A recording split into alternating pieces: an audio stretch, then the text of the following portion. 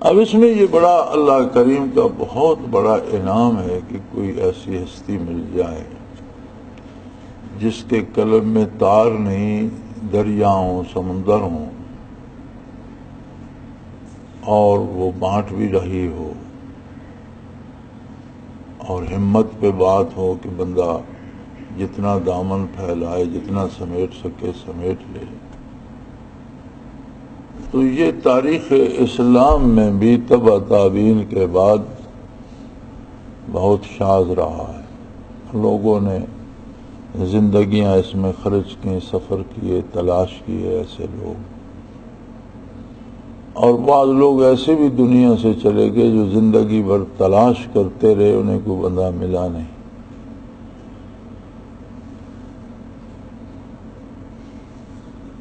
تو عجیب بات ہے کہ ہم تو تلاش میں نہیں نکلے تھے، ہمیں تو شیخ نے بتایا کہ میرے پاس یہ دولت ہے، آ جاؤ تم بھی لے۔ عجیب بات ہے، بس اللہ کریم کا ایسا منظور تھا۔ تو اگر یہ سعادت نصیب ہوئی ہے اور الحمدللہ، تو پھر دو باتوں پہ متوجہ رہیے۔ ایک تو ساتھیوں کو مطالعہ کی عادت نہیں ہے، مطالعہ بہت ضروری ہے۔ آپ نے دیکھا کہ جتنے اخبار، رسالے، جرائد چھپتے ہیں ان میں مضمون کم اور اشتہار زیادہ ہوتے ہیں، اس لیے کہ مضامین سے اور رسالے کی فروخت سے اشاعت میں کچھ نہیں ملتا، سارا پیسہ تو اشتہارات سے ملتا ہے۔ ایک شعبہ ہوتا ہے رسالوں کی مینجمنٹ میں، اشتہار حاصل کرنے کا اور چھاپنے کا، الگ سے ایک پوری مینجمنٹ ہوتی ہے۔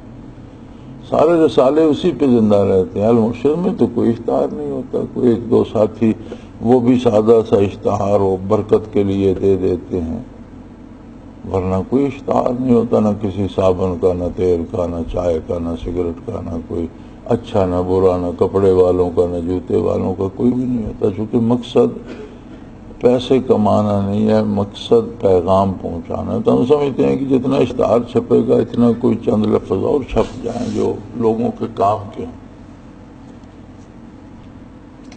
اب اگر آپ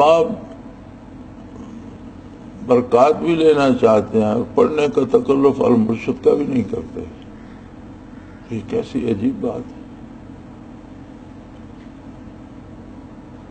اکثر لوگ جو حلقہ ذکر میں نہیں ہے وہ المرشد پڑھتے ہیں۔ اسی طرح ٹیلی ویژن والوں نے قرآن کی تفسیر شروع کر دی، وہ 2 سال تک چلاتے رہے۔ میں نہیں سمجھتا کہ جماعت کے زیادہ ساتھیوں نے اسے بالالتزام دیکھا ہو۔ دیکھتے تو ہمیں بھی پتہ چلتا، سب سے ملاقات ہوتی ہے، کبھی کسی نے ذکر نہیں کیا، کوئی۔ اور کچھ بیشتر خواتین میں سے سننے کو ملا کہ جی ہم پروگرام دیکھتے ہیں۔ آپ نے بہت کم توجہ کی، 2 سال تک چلتا رہا۔ حالانکہ وہ بڑا مزیدار پروگرام ہوتا تھا کہ آپ اپنا قرآن مجید ترجمے والا لے لیں، آپ کو پتہ ہے کہ آج فلاں سبق 2-3 آیتیں ہوں گی، ادھر سے بھی ترجمہ دیکھ لیں، اس کی تفسیر سن لیں، بہت مزے کی بات تھی۔ تو کم از کم 19-20 سپارے تو نشر ہوئے، پھر انہوں نے روک دیا کسی وجہ سے، اب سنا پھر کہہ رہے تھے پھر شروع کریں گے۔ یعنی آپ مطالعہ بھی نہ کریں، کتابیں بھی نہ پڑھیں، المرشد بھی نہ پڑھیں، بات بھی نہ سنیں، تو کیسے بات بنے گی؟ ذکر کے لیے ویسے وقت نہیں ملتا۔ اب اجتماع میں آپ تشریف لاتے ہیں، جو بندہ 2 دن 3 دن رہتا ہے وہ جا کے ہفتہ ریسٹ کرتا ہے اور مٹھیاں بھرواتا رہتا ہے، مر گیا، تھک گیا۔ تو ہم جو ساری عمر یہاں بیٹھے، ہم بھی تو انسان ہی ہیں۔ اجتماع ہو یا نہ ہو، ہمارے معمولات تو وہی ہیں صبح سے رات تک۔ تو اور کسی کام میں آپ روز دفتر جاتے ہیں اس میں نہیں تھکتے، آپ روز ہل چلاتے ہیں اس میں نہیں تھکتے، آپ روز دکان پہ جاتے ہیں اس میں نہیں تھکتے، آپ روز کارخانے میں جاتے ہیں اس میں نہیں تھکتے، 2 دن ذکر کے لیے آ جاتے ہیں، اس میں تھک جاتے ہیں، کوئی زمین پہ لیٹ نہیں سکتا، کوئی زمین پہ بیٹھ نہیں سکتا، کسی کے گھٹنے ٹیڑھے ہیں، کسی کا کچھ ہے، یار کچھ تو میں تو یہ سمجھتا ہوں کہ اللہ کریم ہمیں جو دے رہے ہیں زبردستی ہی دے رہے ہیں، ہم پہ ٹھونسا جا رہا ہے۔ اپنی طلب سے لینا، اپنی بھوک سے لینا وہ اور بات ہوتی ہے۔ تو بہرحال جو بھی ہے کوشش کیجئے دونوں پہلوؤں پر، مطالعہ کی عادت ڈالیے، ضرور پڑھیے۔ المرشد کے 30-40 صفحے ہوتے ہیں اور 1 مہینے کے بعد آتا ہے، تو ایک ورق بھی روز پڑھیں تو مہینے میں ختم ہو جاتا ہے، بلکہ جو پڑھتے ہیں وہ تو دوسرے دن ختم کر کے بیٹھے ہوتے ہیں کہ جناب وہ ختم ہو گیا، فلاں مضمون سمجھ نہیں آیا، اسے پھر پڑھتے ہیں۔ اس لیے میں آپ سے کہتا تھا کہ آپ کے بیشتر سوال وہ ہیں جو کتنی دفعہ شائع ہو چکے ہیں، اگر آپ مطالعہ کرتے ہوتے تو ان کی نوبت نہ آتی۔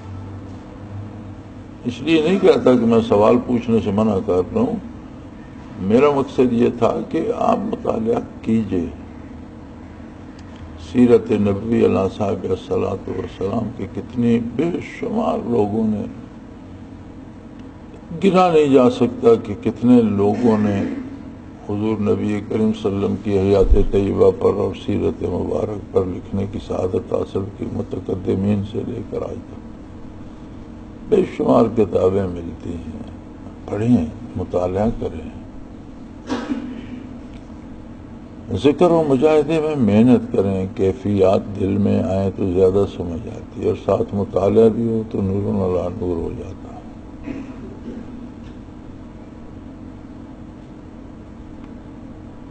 اور عجائبات کا صدور معیار نہیں ہے، معیار اصلاح نفس اور اصلاح قلب ہے۔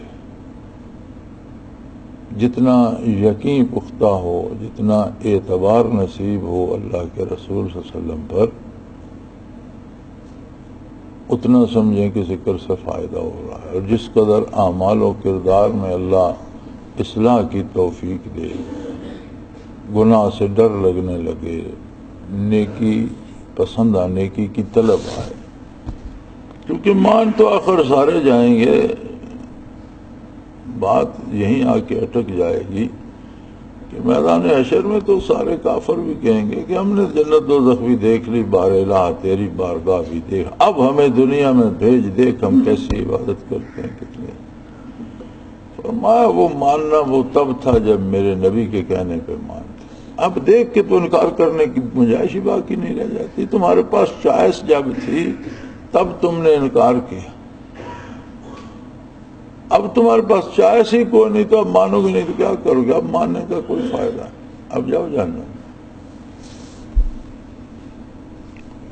تو اللہ کریم توفیق دے تو دونوں پہلوؤں پہ محنت کیجیے، روزی بھی کمانا ہے، بچے بھی پالنے ہیں، زندگی کے سارے بکھیڑے ہیں اور سارے کرنا ہے،